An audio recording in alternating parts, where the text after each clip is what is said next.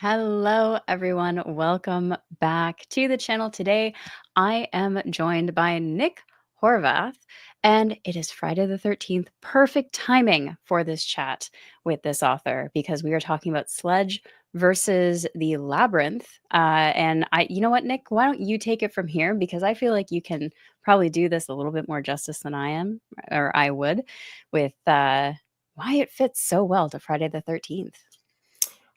Well, yeah, happy Friday the 13th, everyone. As you can see, I got Jason's head is on Sledge's shelf because I like to define Sledge as the guy that Jason checks his closet for at night.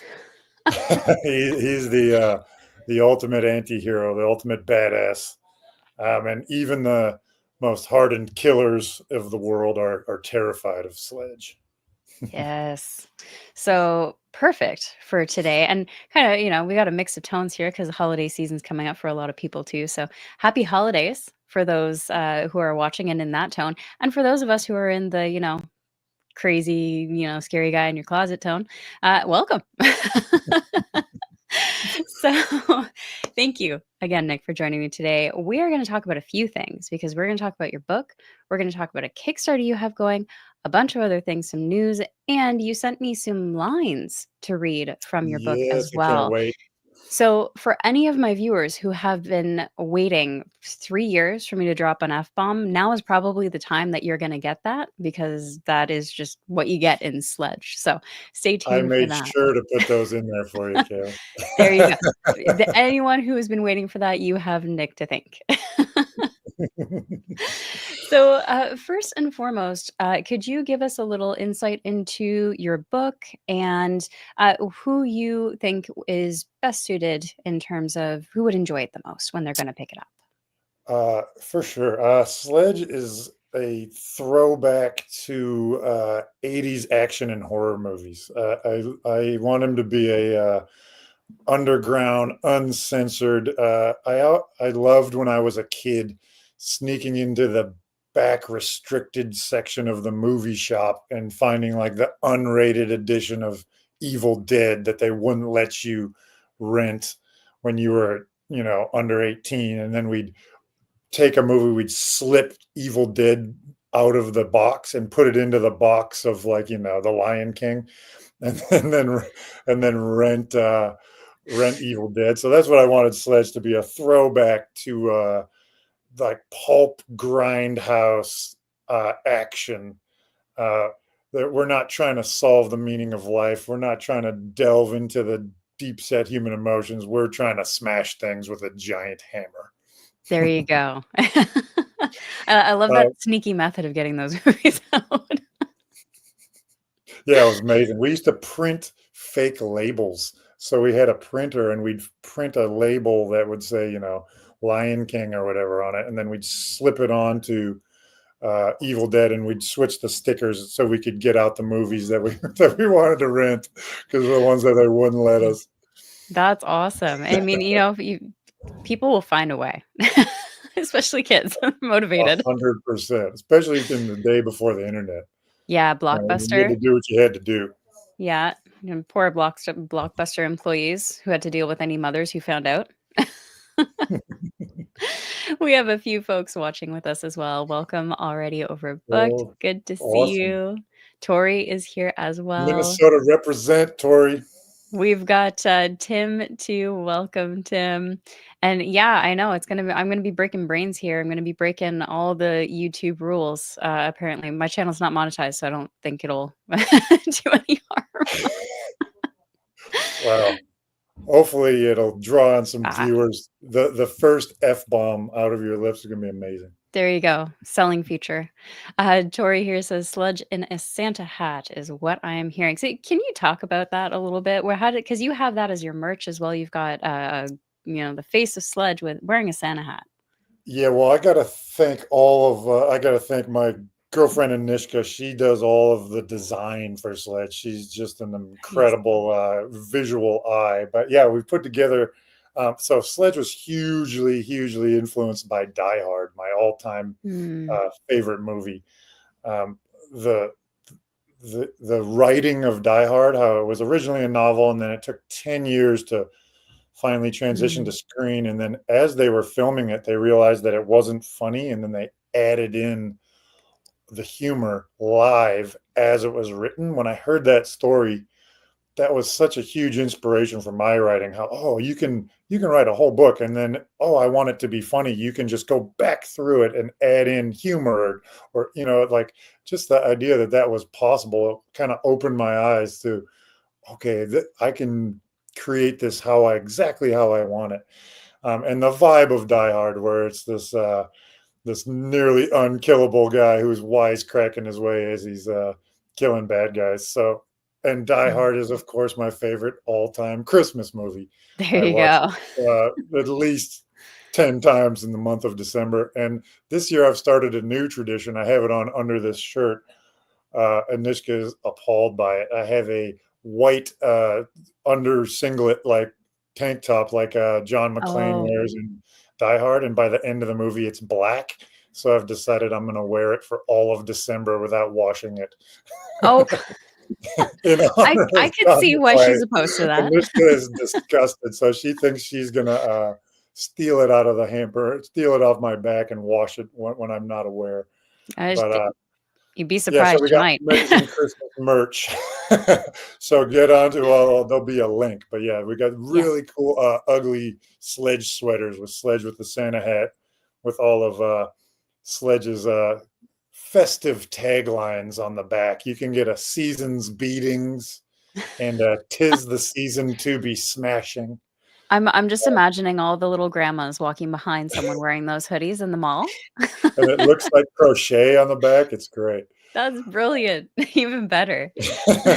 Anyone who needs a Sledge sweater or a shirt, there is a link in the description. Go check that out. Jump on it. While we are doing some promo, you also have a Kickstarter going on for the audiobook. Can we talk about that? Yeah, so honestly, it was one of the coolest things that's happened to me recently. I was just driving. My parents are out from America, from Minnesota, for Christmas out here in New Zealand. And just this morning, I was driving around with my dad doing some jobs, and I put on this audio book I've been listening to. My Mhm. dad was like, "Man, this is really good. What is it?" And he was immediately in. I just threw him into like a middle chapter. And then in the middle of the chapter, it mentioned Elk River. And he was like, "Wait a minute, is this a Minnesota author? This is great."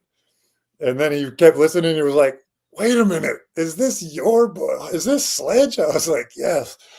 He was No just way. blown away by how good the narrator I got. I got to give a shout out to this Yeah. guy, Joshua Saxon. He's Okay. just, I mean, because to do Sledge, right, a 6'10" towering behemoth, really, really difficult to get someone who can do the voice justice. I want him to be, Mickey Rourke from Sin City, or Clancy Brown, like as the Kurgan in Highlander, like someone who has this like really intimidating voice, but then also has to be able to do Kira and Gal, who's British, and Maldonado, who's Brazilian. And so I just have been blown away. So right now, Josh is recording chapters and uploading them to a Google Drive. So I'm like live listening to Oh, the book as it's being made. And honestly, just you wait. So to pay Josh, I've run this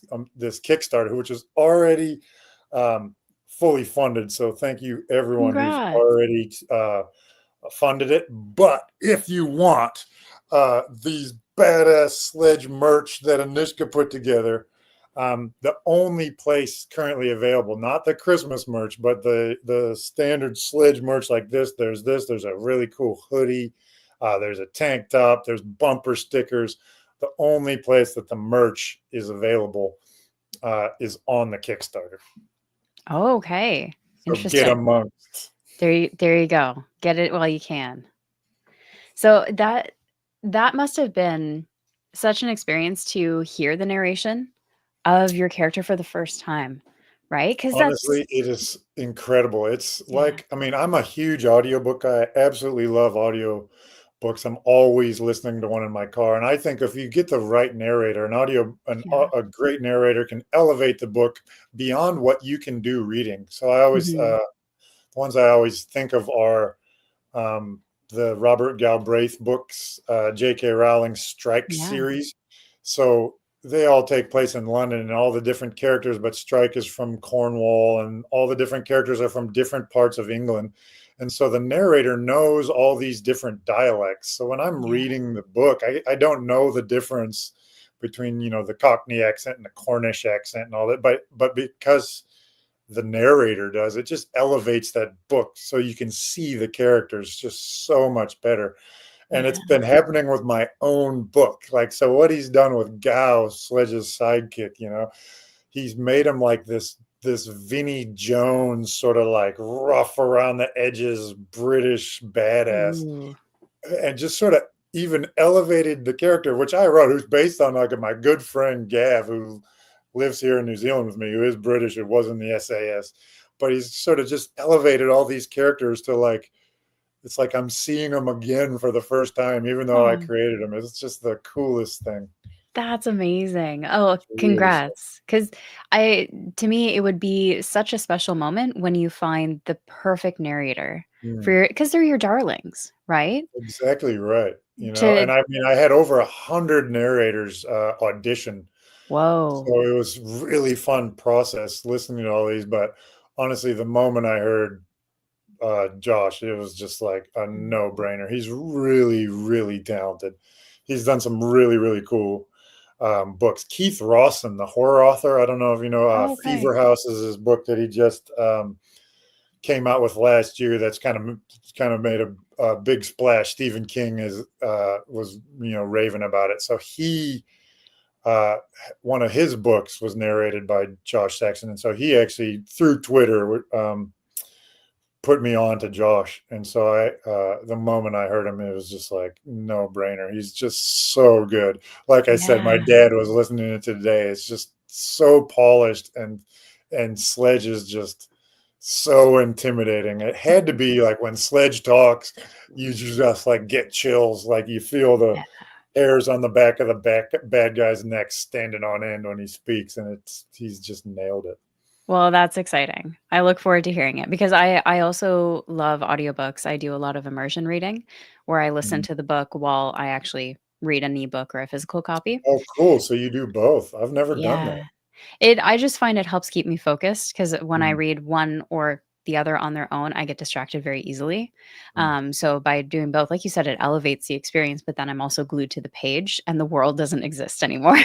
That's I'm really in that cool. Yeah, book. I love doing an audiobook in, headphones and in the Yeah. dark. So, like, lay down, kinda like on your way to sleep, and it's Yes. that full immersion inside the book is just so cool.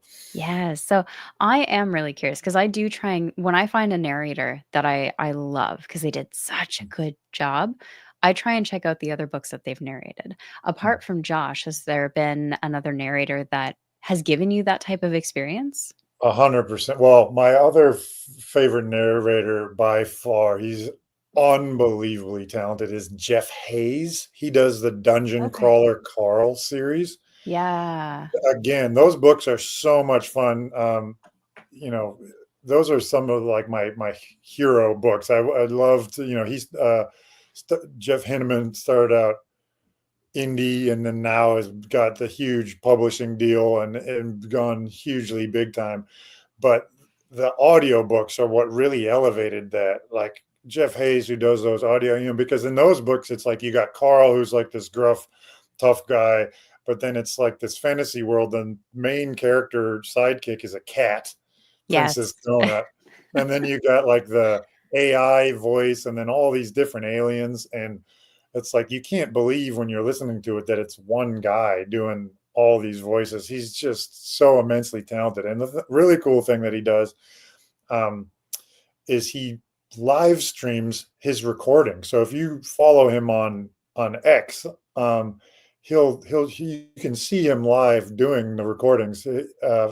And it's incredible just watching him go from voice to voice to voice as he's doing it sort of live, like raw edits, just whipping it out like crazy. It's amazing. That's insane. Yeah, that Yeah. takes a crazy amount of skill to be able to Oh, pull that off unbelievable. seamlessly and then do it live? Yeah, it's Yeah, amazing. So he's so good at it. You can watch. So he was just yeah, recording the seventh one. I think it just wrapped, but the seventh audiobook was just being recorded in the last few weeks. yeah, And you could follow along live. I tapped into a couple of the live streams and I just saw it on Twitter and just couldn't believe it. yeah. That's, I'm gonna have to check that out. It's been a series I've wanted to look into for a long time, and I've just been told, "Don't even bother with the physical or ebook, just listen to it." Honestly, the It's audiobooks elevate it just yeah, to the stratospheric level. They're the best yeah. audiobooks I've ever heard. They're so good and so funny. Like yeah, they're just and addictive. You just want to keep going. Well, and it's the funniest things will sell a book too, right? Like you're talking about the sidekick Mm, cat. mm. That I have talked to other authors who have had something similar where they have like a talking cat or a talking sword, and all I've heard it so often where they say, "Yeah, that's what sold my books." People have Mm, left comments saying, sure. "I bought this for the cat. I bought this for the this talking sword," you know? You'd Yeah, be Princess surprised it Tony has sells. her own fan club with those Dungeon Crawler Carl Yeah. books. Like, she's taken the books away. Yeah. Yeah, she's hilarious. The cat.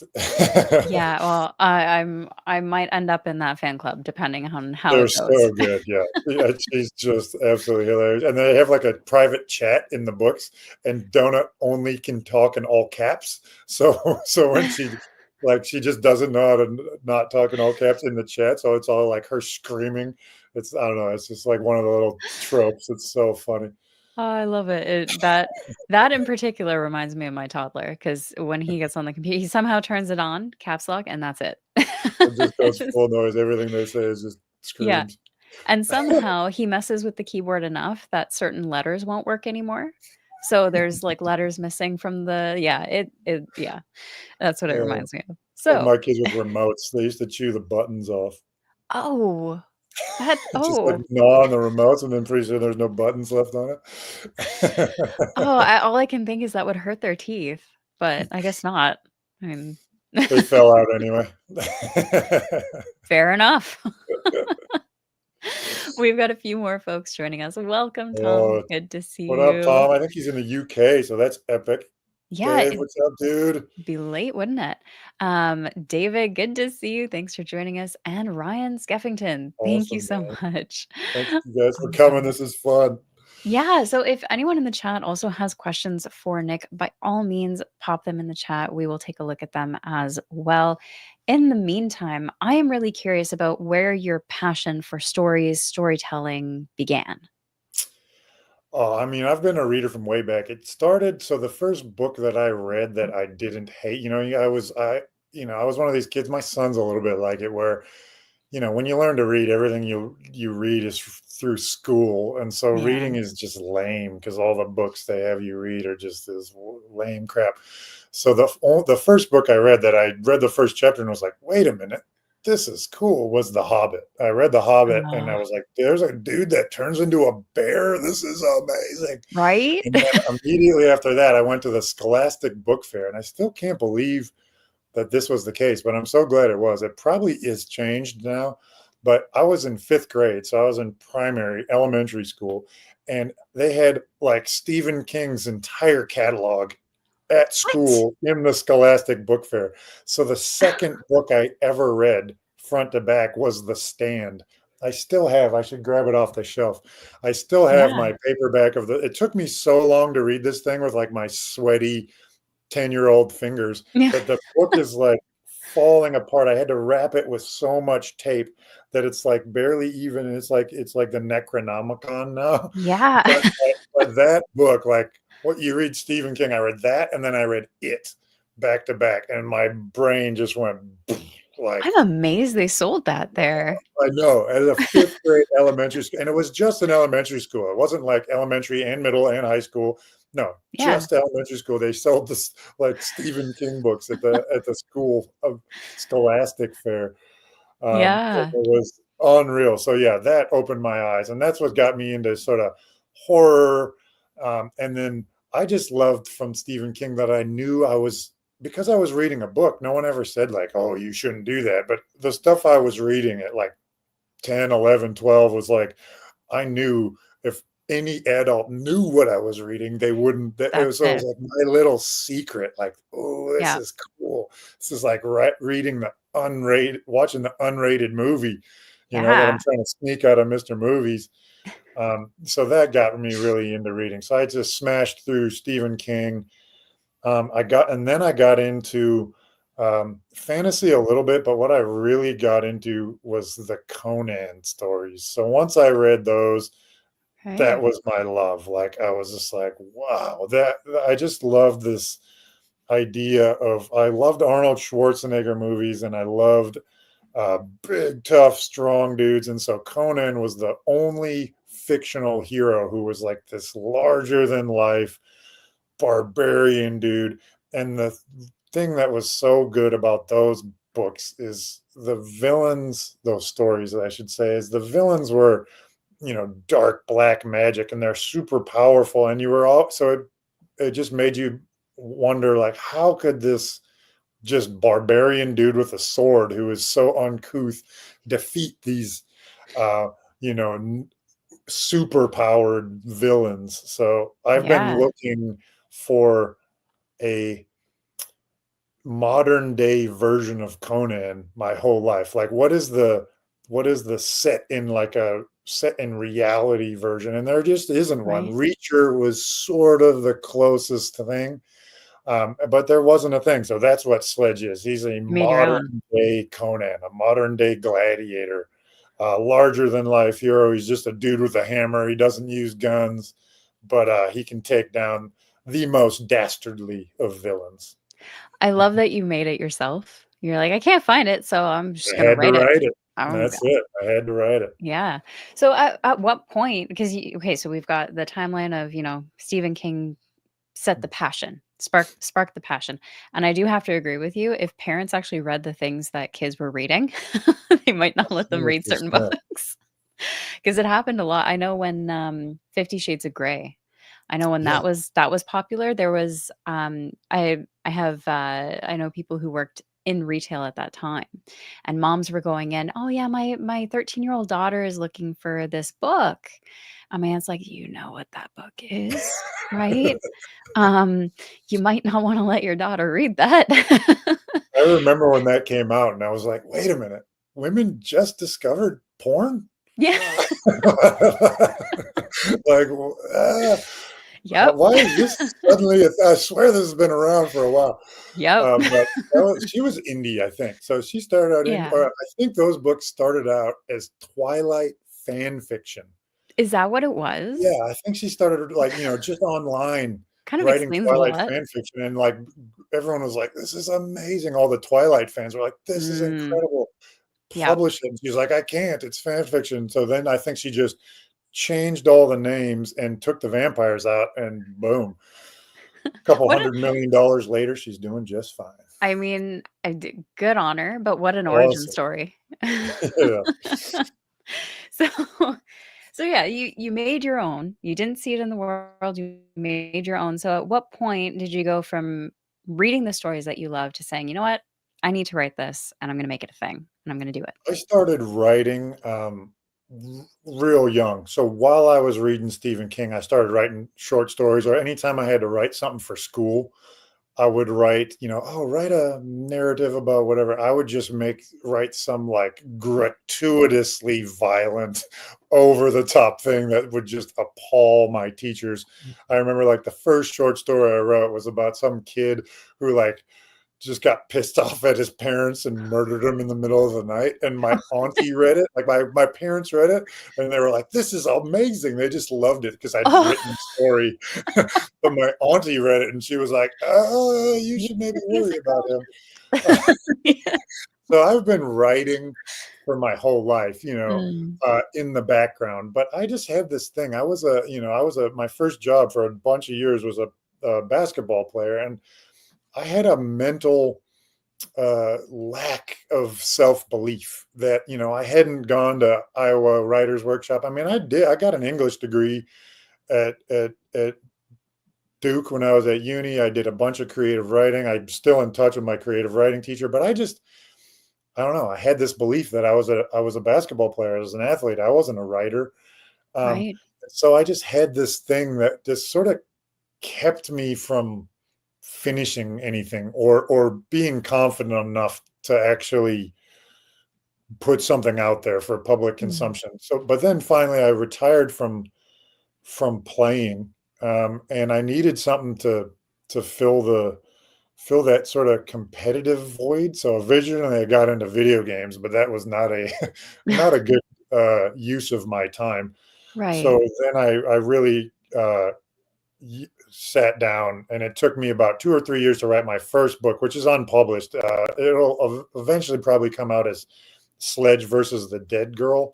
It's Oh, a prequel to Sledge versus the Labyrinth, where Sledge meets Gow and Maldonado. It's the story where they're sent to kill Sledge. So it will eventually come out. But that was really yeah. my learning how to write. I was writing Mm. that book not knowing what I was doing. There's like tangents in there that went for pages and pages and pages that I later ended up cutting. But I did finish it. It has a beginning, middle, and end.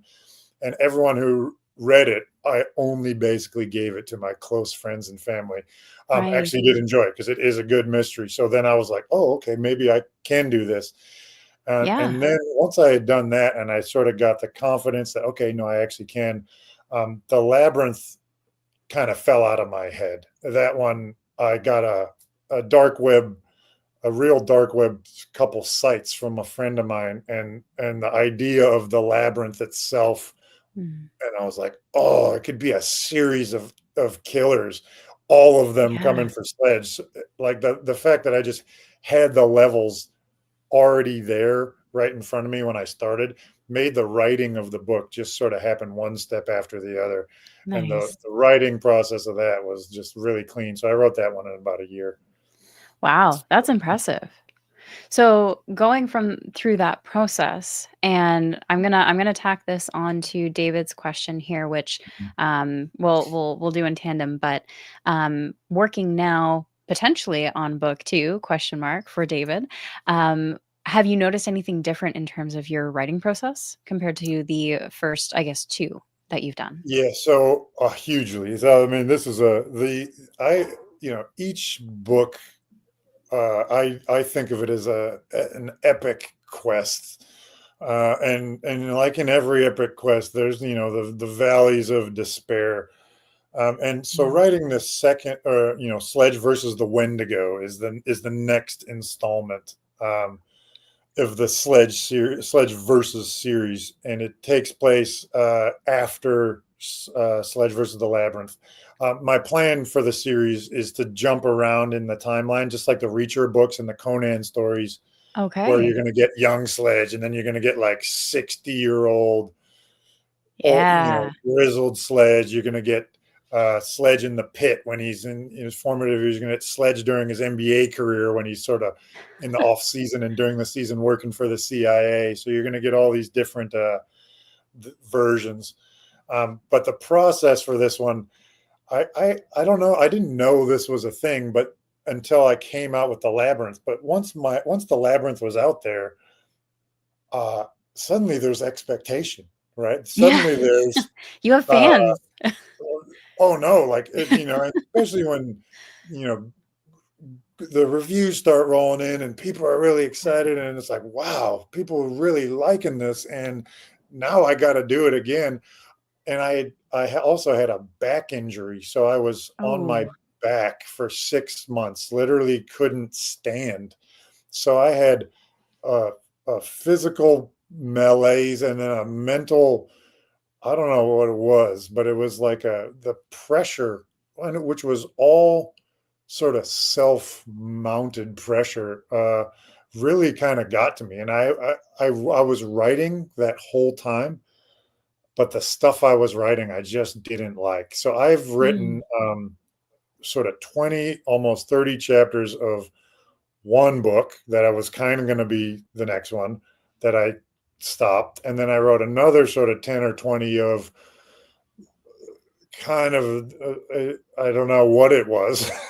And they're kind of to the sideline. So they're still there. And some of those chapters I'm using, but now finally, yes, David, I'm about at the halfway point of Sledge versus the Wendigo, and this is it. So I'm now deep in the thick of it, Nice.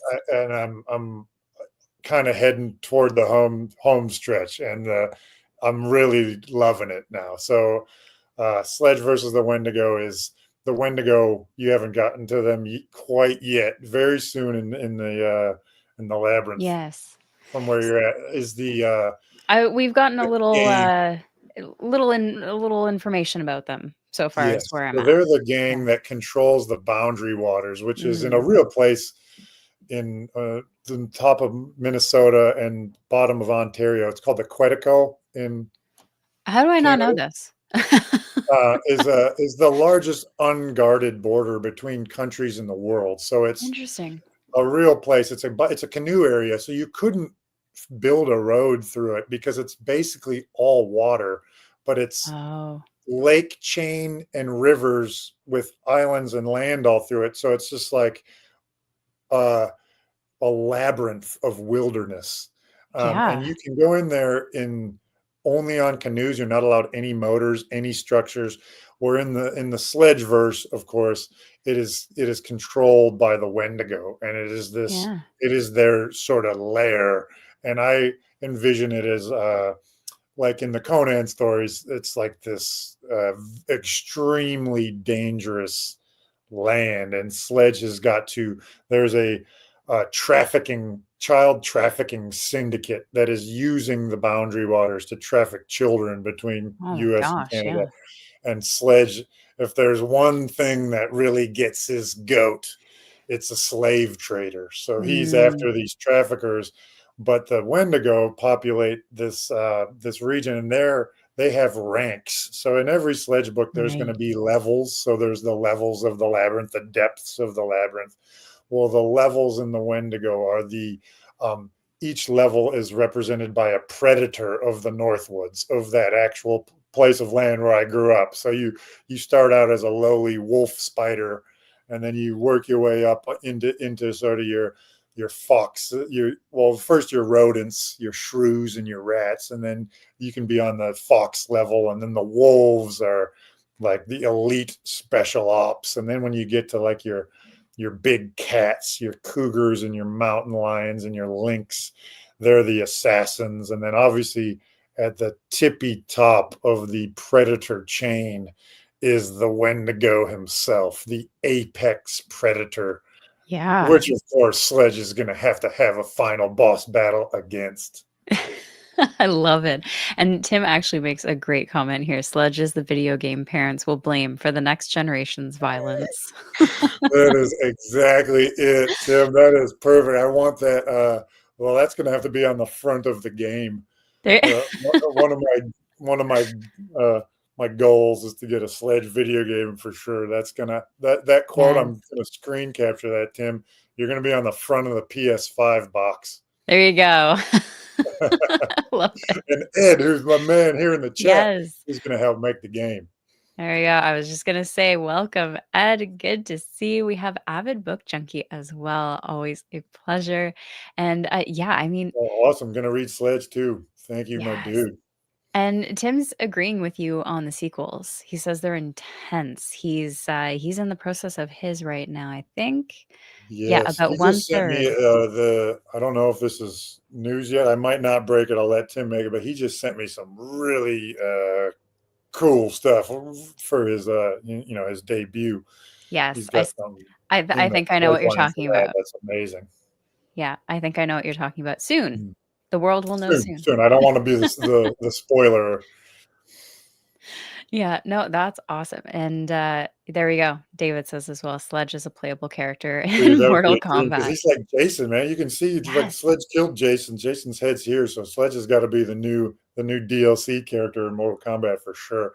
And his finishing move, he only uses the hammer for like his one Yeah. hitter quitter move or his finishing move. I love it. Tim says cover reveal coming December 27th as well, for anyone who's Oh wondering yeah, what we're wait talking till you about. see it, people. It J- is badass. let me put it this way. I have a copy of it. I'm Ooh, buying with the another new one cover. for the new cover. Oh, how cool! Yeah, I think you can maybe even see it. He sent me you know, he was cool enough to send me a early version of the OG cover, but I'm gonna Yes. have to get it with the new cover for sure. It's so Yeah. cool. I'm doing the same thing. When people say that, I buy for the cover, it's 100% accurate. Oh, 100%. Getting Yeah. the cover right is paramount. I'm so Mm. proud of the Sledge cover. Again, I got to shout out my girlfriend Anishka and my designer Gemma Cheer here in town. The vibe evoked in the Sledge cover, this logo right here. I mean, you Yes. just can't beat it. No, I think once you find your style, once you find something that represents your book and you get someone who does it so well, Oh, you've won. that's the dream. You've won. So Yeah. we're around 35 minutes here. Did we want to read some lines? I would love this. I've been waiting for this ever since I first discovered you. Oh, Uh, really? well, you just have the sweetest, most mellifluous voice that there is. So you reading just brutal Sledge violence, just it's just a perfect match. So No let's pressure. go. That's awesome. Thank you. One thing I never thought would happen when I started this channel would be people enjoying my voice. It's Your trademark. completely unexpected. All right. I did try and read some of these in advance so I wouldn't mess up as much. I make no promises, folks. So I'll read the first one you sent me, which is uh, I walked in the front door of the mill holding the hammer. Inside, it was loud. 300 drunk assholes screaming at the top of their lungs over pounding death metal. Every eye in the place was glued to an illuminated square of concrete in the center of the cavernous space, a chain link fence encircling the fighting square with coils of razor wire strung along the top. Cute. That was the first one. Oh, that's so good. That just happens to be my favorite single line I've ever written. So it just Oh, defines really? Sledge so well because you know I try to pick exactly the right words is my style, right? And no wasted words would be my Yeah. writing motto, right? Just call everything that doesn't matter the most. So the fact that I could paint so much of Sledge's personality with a single word, he's looking at a fighting square covered in razor wire with two guys beating each other to death. And how does he describe it? Cute. I did read that. I read it earlier today. I was like, yeah, that sums up his personality right there. That's it. These And he guys are just pulled it off playing to him. perfectly. Brilliant. Yeah, and Ed agrees too. That Yes. was the line that truly got me. Yeah, it defines his personality pretty That's well, it. I would say. Everyone else is just playing to him. Hmm. They're not taking it The seriously. real man is here. Come on now. Yeah, the adult is here. Yeah. Yeah. All right, children. Time Yeah, to find out. yeah. I'm just seeing here. So do you have a preference of the, other 2 that you sent me? Uh, I think the one that ends with the human shields is probably my favorite, but there's no F bombs. Nah, you got to do the other one. Sorry, you have to do the No, other that's one. alright. Which, I gotta find it here. It has dialogue in it. I Has think it's dialogue. probably. Okay. Well, that's a lot of screaming. You can pick the parts you want to read, but there's just one of Sledge's like Liam Neeson brutal lines in there with an Oh, F bomb. I just want to hear you say it. I'll read that one for sure. "When you get out of the hospital," I said, "report directly to me, or I'll hunt you down and fucking kill you." How's that? That's it. That was the one we needed. Brilliant. Got here first, team. Kayla's first F Absolutely. bomb What's live. What's funny is I actually do say it in real life. That's the I was raised by a sailor people and French people to boot. I've French got the and sailor and the Quebecois. I swear. Um, I oh, often that's so avoid it awesome. in settings like this because I learned to separate professionalism and my personal way of talking. I hear you. I had to do the Yeah. same thing with as a teacher. Yeah. What grades did you teach? I teach senior high school and then university. So students want Okay. to teach physics, and then physics students, which is why Sledge is Yeah. such a physicist. Right. Right, okay. Interesting. I mean, not so bad. If you drop one by accident, it's not that bad for that age group. Oh, Yeah. the kids swear more than any. Well, uh, Yeah. I learned to swear one from my parents a little bit, but really from my college basketball coach. I played at Duke, and we had the Coach K. He's a famous coach, but he swore it was almost every other word. He one time came into practice with this shirt on. He said my daughter was in New York and she saw this shirt in a window, so she had to buy it because it reminded her of me. And all it said was "fuck you, you fucking fuck." So I Brilliant. mean, the swearing was just so prevalent, and he was such a powerful figure in your life. You know, in college basketball was basically slave labor, and he was like he was the slave master. So Yeah. we did what he said. So that I've been irrevocably marked with the F bomb. There you go. Sledge Sledge probably the next one of these Sledge books will probably break the record for most F bombs ever in a book. Have you counted? I haven't, but I'm sure it's astronomical. You need to count because you know how Deadpool and Wolverine did the whole, like, this many F-bombs Yeah, it used to be versus the last Boy Scout, I think, had the record, but yeah, I'll okay. do that. I should have stats too, like kill Yeah. counts and all that. I should put all that in the back of the books. Yeah, c compete the kill counts with John Wick, put it on the back of the Yeah, that books, would be a really cool thing. I'm yeah. thinking of special edition of the Labyrinth too, with like all the stats. I don't know if you've seen the website. Shout out to the Anishka again for designing the website, but I have like a character select screen with all the stats of all the different Yeah. Labyrinth bosses, and I'm going to have that for each book. So all the levels of the Wendigo, and they're going to have their own sort of stats. So it's a my video game base. So I want to kind of maybe eventually come out with special editions of the books, which have all that stuff worked in somewhere. I love it. Does, I do have to ask, and this may or may not be spoilery, I don't think it would be, but does Sledge keep count in the books? I think, knows his number, but I will have to do a count because Okay.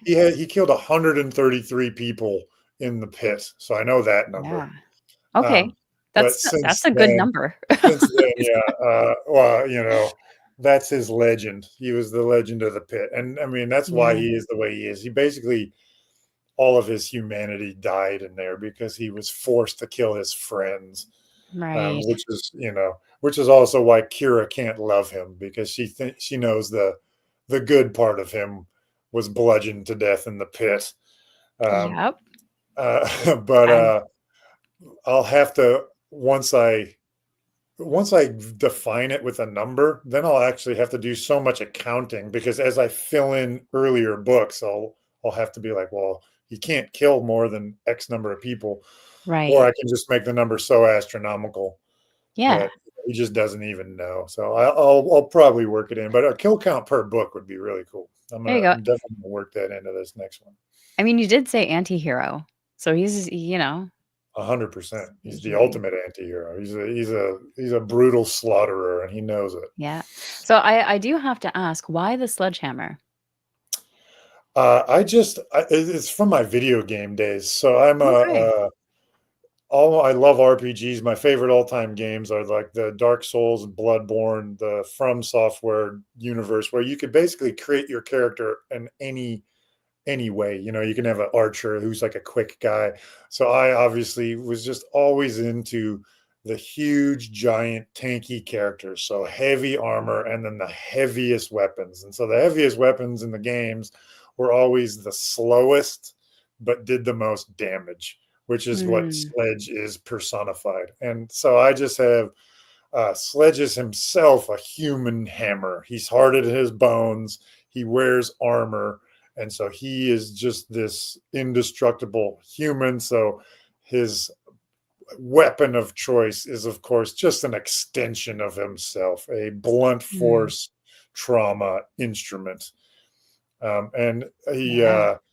the other reason he uses a hammer is because he has this forged hammer of, reinforced steel that only he is strong enough to wield. So if he ends up, dropping his weapon or whatever, no one else can pick up his gun Right. and shoot him with it. They can't even lift the damn thing.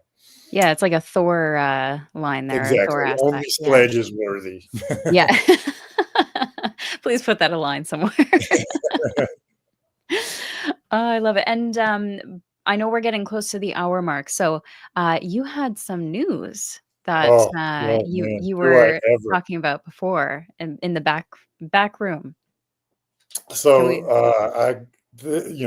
are the only you lot people listening live are the only people that know this in the world, other than uh, John Herlacker and his film team, and obviously my friends and family. But I just a week ago signed a shopping agreement with Weird Tales production company. So Weird Tales is a old used to be it still is a magazine, but it used to be just a magazine that printed, you know, short stories by Stephen King and H.P. Lovecraft and all this. It was one of these serials that published sort of horror stories, and now it is a publishing company. They have a graphic novel wing, and they have a film production wing, and and TV shows. So John Herlacker is the president, and his film production crew. They've made the Shogun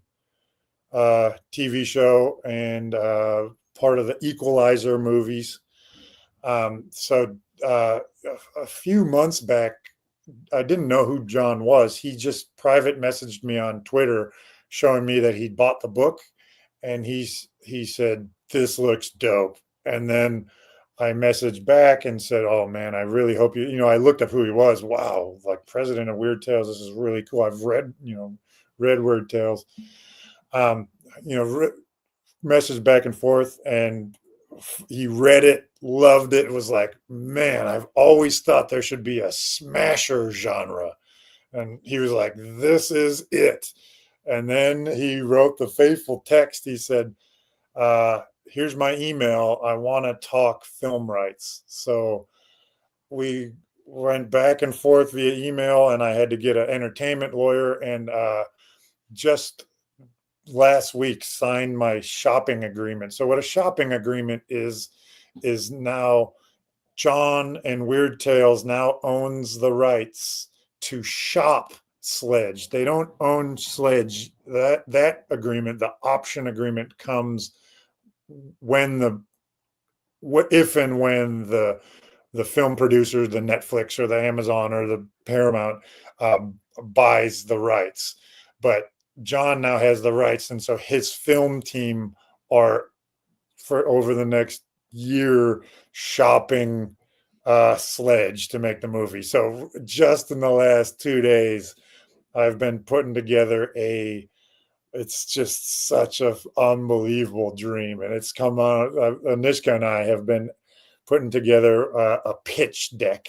So um, it's what John will show Netflix and Apple Plus and Amazon as they shop Sledge. It is the coolest damn thing. So it's what Sledge is, why now, like why a Sledge movie, what is prescient for right now, who all the character breakdowns are, who I envision playing, which actors I Yeah. envision playing them all. It's just like, man, such a absolute total dream to be just even thinking about the possibility, but it is really actively happening. The smasher genre is Yes. being sold, uh, being shopped around to all the streamers and all the big production companies trying to get a Sledge movie and or TV show off the chain. That is huge. Oh my Congratulations. god, it's just so exciting. So this takes me to my next couple of questions because your book's been out for a year. What's your most memorable experience since publishing your book? And then on the flip side, what's an author goal you would love to achieve but haven't quite yet? And I mean, that's huge. That's a huge Oh man, it's so huge. It's just like absolutely mind blowing. Even Yeah. though it's still a huge long shot going Yeah. from a shopping agreement to actually having a movie on TV or in the theaters or whatever. But just the fact that there's someone in my corner who's Yes, made amazing movies and TV shows before, and exactly. who's a huge fan, who's actively just stoked on it. I sent my synopsis to him. I had for a 3-page synopsis, and I just sent it to him like, "Hey, what do you think? Like, will this work?" And he just wrote back like, "This is goddamn fantastica! Wow!" Brilliant. So I mean, that's obviously a huge goal. My goals for Sledge, other than to just keep coming out with the books, is a movie and TV show and a video game. That's the dream. Yeah. I want It Sledge to be, an icon. I want him to be like the new Batman, yeah. where he's a brand. He's got a video games. He's got merch. He's got movies. He's just the next action icon for sure. Yeah. Um, And you got your foot in the door. You got the first step down. it's it. It's crazy. It's actually the wheels are in motion. Yeah. Um, my as far as my writing goals, I have don't want to I don't put dates on anything because I had this pressure that dropped on me like pff, and it really sort of stifled my creativity. So all my only writing goal is the daily grind is the goal. So I started looking at Yeah. it. This really helped me. Back when I was an athlete, I would work out every day, and so Mm, just like my daily grind of the workout. By doing that, when I got to the games, I just felt prepared, and that was what helped me mm, deal with the pressure of performance. Was no, I've put in the work. I've put in the work. So that's my goal with my writing is just daily put in the work. And so once yeah. I've put in my time behind the keyboard, out in my garage or in my writing room here, I, I once I've put in my time, I can turn it off, and my goal is set. Um, but in terms of what is my greatest accomplishment, I mean, I don't even know. It could be the most memorable. So it could be a fan interaction. It could be, a moment where, you hit the publish button. It could be something small. It could be something big. Anything that's been memorable for you in the last year. And I I mean, mean, how do we everything's been top the so shopping? memorable. I mean, I probably the most just really heartening and like, wow, okay, maybe I can really do this is the live chat I had with Ed as he was reading Sledge. And I could just feel his pure joy, and he was just getting everything that I had put in there, like Yeah. the cute, like I took so long for me to get the words right and to get it right, and I put so much into it. Like I know it's an 80s action horror schlock fest, but every word counts, and I have and I really wanted it to come across a certain way. And so the fact that uh, guys like Ed, and then you know I got quotes like the ultimate anti-hero, or like Yeah. when it comes to badass, this is the book I recommend. All these things that were like dreams I had. Reacher, but meaner, ramped up Reacher, like the modern day Conan. All Yes. these things that I had dreamed of it being, it actually happened. So I can't put my finger on one, but like the thing that I wanted to create and worked so hard to create is exactly what people got out of it. That was just That's so satisfying and fulfilling for me as an I author. Like, wow, it really happened. Like it really worked. What I wanted to get out was exactly how it was received. well, and that's a big scary part of writing. too, right? You put the work in, you have a vision, and then you put it to the world, and the world then tells you, did you succeed or not in capturing that vision? You And had that. it's so terrifying, that Oh, moment, did putting it out there and just being like, maybe everyone comes back and is like, "Wow, this is a romance." And I'm just yeah. like, "What?" Or like, "Oh, this is just unreadable garbage." You never know. Yeah, So the fact that it, was received in that way, I'm like, "Oh, wow. Okay, cool." It's just been an absolute, absolute dream. you did it. And then, as far as it catching on, sales and all Yeah. that, that's all that stuff is great. It's just I like Sledge being a cult following underground. Like his fans are like the diehard, like Yes. old school Firefly fans, right? There was one Yeah. season, but people are still like diehard. Oh, Right. So I want Sledge to be like that. Like people that love Sledge, they know they're the Sledgens. They're in the army. They're diehard fans, and that's so cool that it's kind of happening. That those dudes are out there. They're here, and some of them are here right here in the chat. It's just such a dream. I think we need to shout out Ed here because I feel like he's your biggest fan right now.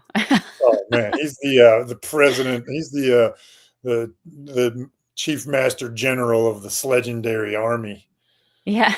He's Yeah. on the cover. There's a reason Ed is on the cover quote You got to print him that card now.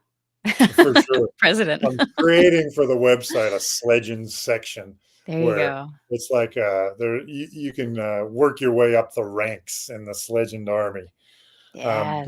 it's not that's coming. That's coming down the pipeline for the website. So have a look at it. There Sledge is you gonna or Ed's gonna be top of the list, of course. go. Ed says too, it's like you read a book that a bunch of us dreamt for or I guess you wrote a book that a bunch of us dreamt of for Well, it ages. is a drum book I've been Yeah. dreaming my whole life. So the fact that Yeah. like other people dreamed it too is just wild. So that's the thing about it. Like I can only write what I want to read, right? If I Yeah. start trying to write what I think other people want to read, it's just going to be crap, right? Yeah. So I'm just writing the over the top badassery. It knows exactly what it is. Well, And if there's other people that are loving it, great.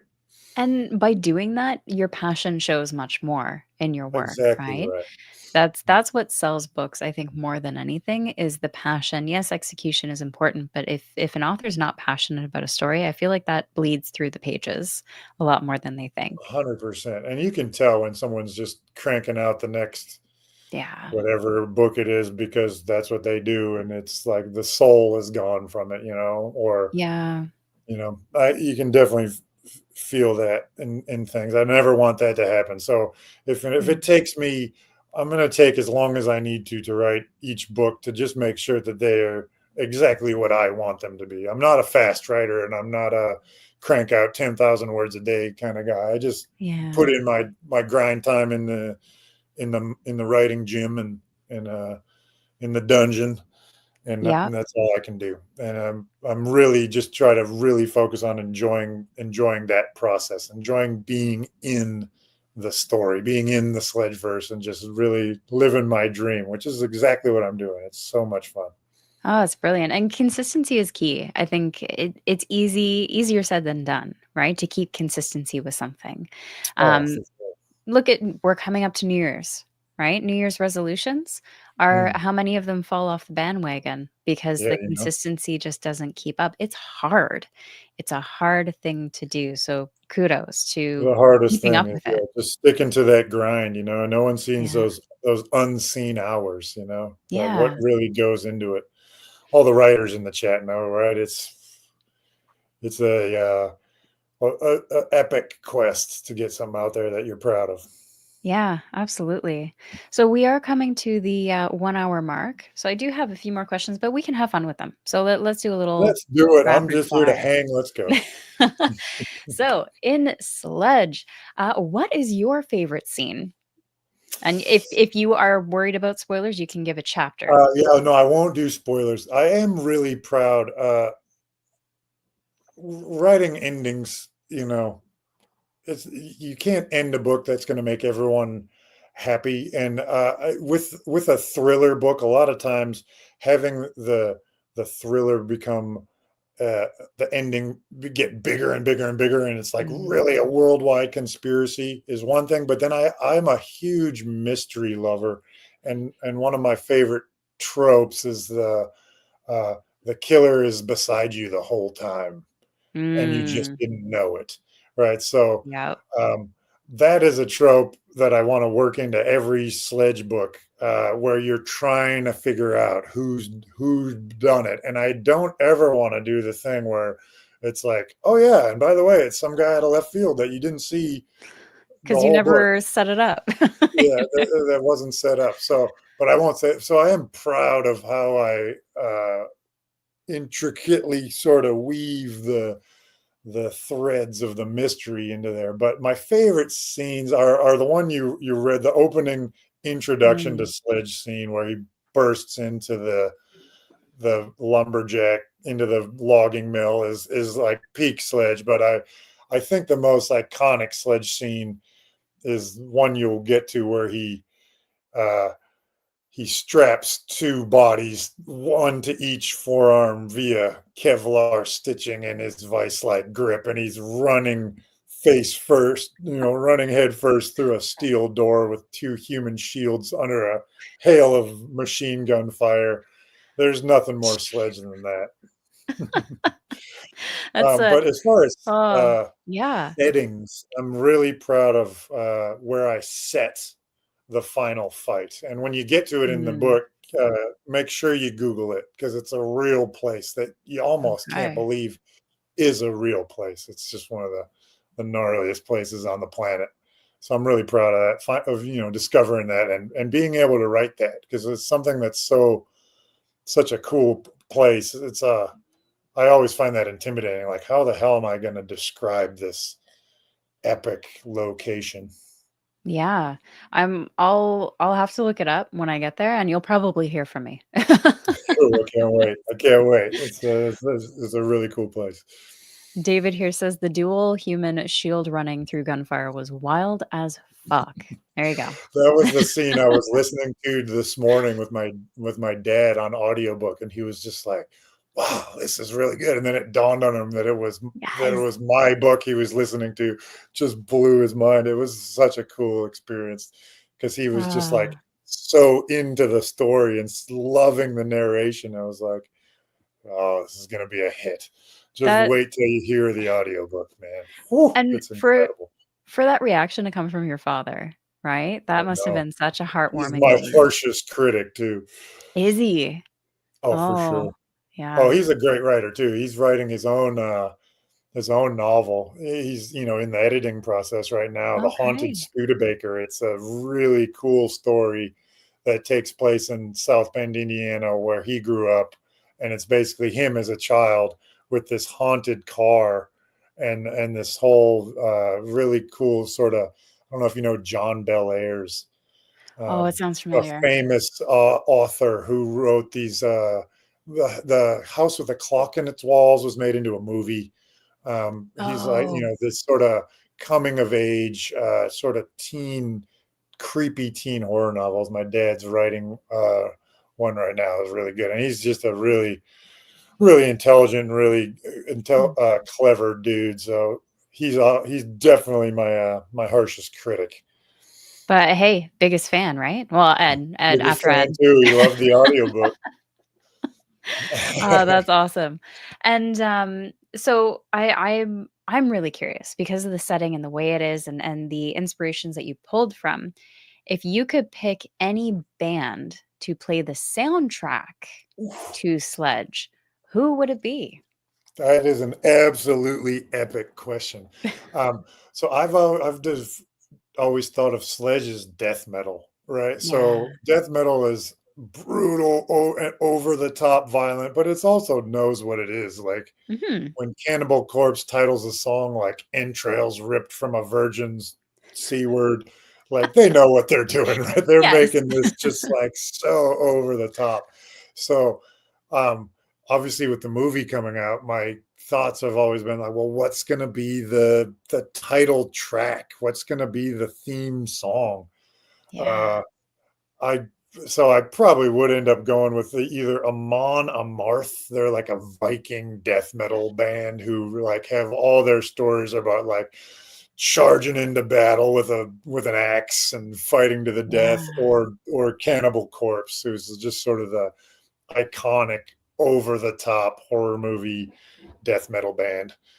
Probably Nice. one of those two. So I'm doing a side note here because it just popped in my brain while you're talking about Norse Viking. Have you ever seen the channel Tank Tolman? I think is what it's called, Tank Tolman. Tank Tolman is a YouTube. Yes, yeah, I think he has Gotta check other it out. No, platforms.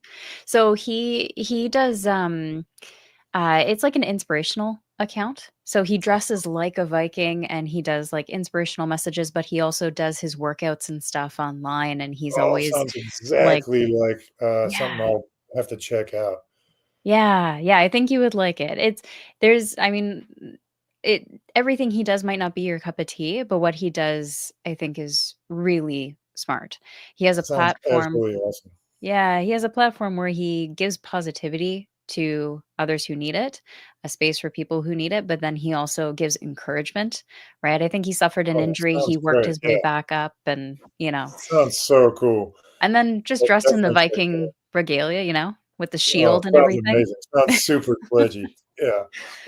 Uh, I want it's funny how Sledge, yes, he's this brutal killer, but I actually want it to be empowering. I feel like when you read Sledge, you get to be the hammer, right? yeah. So I was trying to like put my finger on what is it that why do people like it? Like, even like, Mm, I have like random moms being like, "Hey, I read your book and I've never read an action thriller before, but I yeah, loved it." And it was like, "Why? How is this possible?" And I think it's because, yeah, everyone has this deep-seated desire to like pick up a really heavy hammer and just cathartically smash something, well, whether that's like, writer's block or yeah, the diet that you're on yes, or your boss. Whatever that yeah, thing is different for every person, but everyone has this like they want that catharsis. I think it was Tom yeah, here in the chat who came up with that.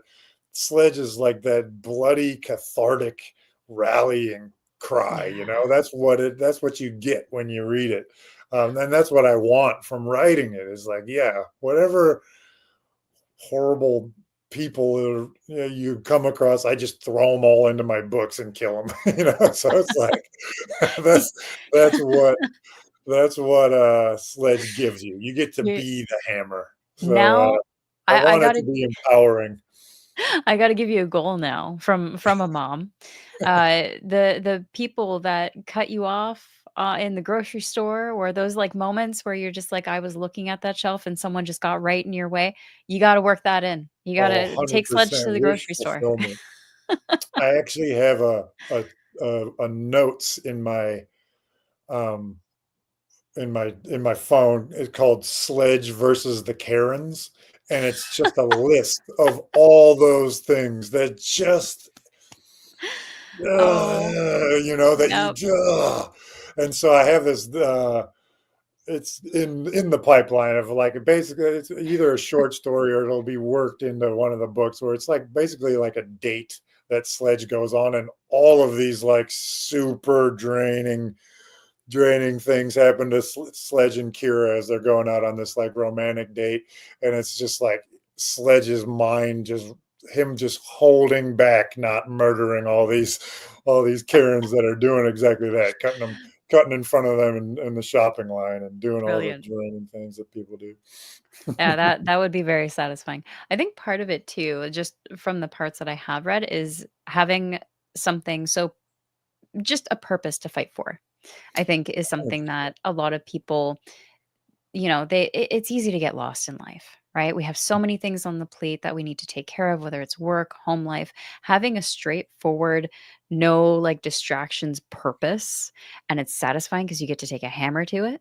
That combination, I That's think, right. is what helps with it because, I mean, you if you're working a full-time job in a job that you don't enjoy, or you have very consistent, like you're stuck in a rut, having that purpose to fight for something, 100%. yeah, that's And appealing. seeing continual, that's another thing I really want to tap into in all the books. It's what you get from video games. It's Mm, a progression. You get a yes. continual like leveling up, beating one boss. Oh no, now the next level's harder. But oh yeah, I got to beat those guys. I got to Yeah. upgraded my weapons, upgraded my armor, and so I'm 100% on purpose working that Yeah. into every book, like working your way up the level, that sense of goal and continuous progression, Yeah. all the way to the final boss. So satisfying. Yeah. So I've got two final questions for you. I'm going to put them as one, but what's a book recommendation you can give to everyone and a movie recommendation? It can be an underrated Ooh. as well. All right. Well, I'll give a million shout outs to all my indie fans. We got to obviously Love shout it. out Tim and Dave and Tom and Ed and everyone here in the chats. So you got to get, I'm going to miss all the titles. So I'm not even going to jump. But underrated book recommendation. Well, okay, not, I'll get away from indie. This is only probably for I'll do two, and I'm reading them both right now. They're great. If you're looking for the ultimate over the top men's adventure, so this is probably not for Ooh. everyone, you got to hunt down the Phoenix series. There was only Ooh. ever 5 written. It's like, imagine, you can't even describe it. It's just so over the top. It's a post-apocalyptic, so it's Mad Max Beyond Thunderdome, Death Race 2000, uh, all it's Escape from New York, but like dialed up to a trillion. I just can't even believe that they were published. They're so over the top gratuitous. I love them unconditionally. Um, Nice. but I'm reading this right now, and this is a really, really, really cool book to stick with the post-apocalyptic theme. Um, The Moon of the Crusted Snow, Oh. and it was written by uh, an Ojibwe, so a Native American of the same tribe as the Wendigo gang that I'm writing, which is why I'm reading it. But he's Canadian. And it takes place on a reserve of displaced Native Americans after the apocalypse, and it's basically just this really cool Right. survival story. All the power goes out. It's in the middle of winter, and it's just how this group of this band of Native Americans, plus all the people obviously who flee the cities to survive, and it's just a really really well told, um, great story. And I guess I'll do Mhm. one more. If anyone hasn't read Yeah. my all time favorite novel, Blood Meridian by Mm. Cormac McCarthy. That book, I mean, if you're after something that is it's hard reading. It's literary, I would say. But if you Mm. want to know who the sledgiest fictional character of all time is, the ultimate anti-hero is the judge from Blood Meridian, and that book is like the Okay. prose. There is you can only dream of ever being able to write as well as Cormac McCarthy could. Man, that book is unbelievably, the prose and the story are just all otherworldly great. Yeah. But all the indie badasses out there, I got to shout out Steve Stark, Hot Dose of Hell, John Davies, Muscle, Dave Bouzon, Wrath of or In the Lair of Legends, JL Jeremy Engel, with his ghost, which is a dangerous man who's like taken. I mean, God, I'm gonna miss some. Who else am I missing out? Um, I could go on and on and on and on. I don't Yeah. want to miss out, but there's so many awesome indie authors out there. I want everyone to just get amongst. There you go. I completely agree. Indie, there's so many underrated books in indie. More people need to read them. Oh, for Uh, sure. so All the what best stuff is indie right now.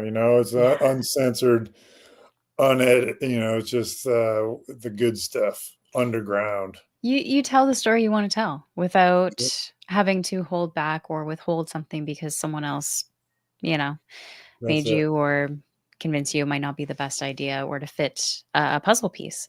So yeah, I want to hear the stories that authors want to tell the way they want to tell it because that is how I've been emotionally moved, shocked, surprised, walked away having a blast, walked away with my heart broken into 1,000 pieces. Um, so yeah, you guys are knocking it out Yeah, of the well, park. the people that are writing for themselves, not for the market, Yeah, once you start writing for the market, you're no longer creating art, it's now yeah, commerce, I stole that from Rick Rubin, so the indies where the art is at now, right? It's yeah. totally uncensored, it's totally from the heart, from the soul, so, go support indie authors. Couldn't have said it better myself. With that being said, please, everyone who's watching now or in the replay later, go check out the links in the description below. You've got merch to check out, you've got a website to check out, a book to buy, as well as the Kickstarter for that audiobook. So go check it all out. Thank you so much, Nick, for joining me today. It was an Oh, absolute thank blast you. chatting. Oh, absolute blast. Thank you everyone in the chat. Thank you so Yes. much for having me on. This was just an absolute joy. Oh, And happy anytime. Friday the 13th. Go watch some Jason. There you go. Happy Friday the 13th, everyone. Thank you all so much for joining us in live chat. You guys are awesome. Until next time, and as always, take care of yourselves.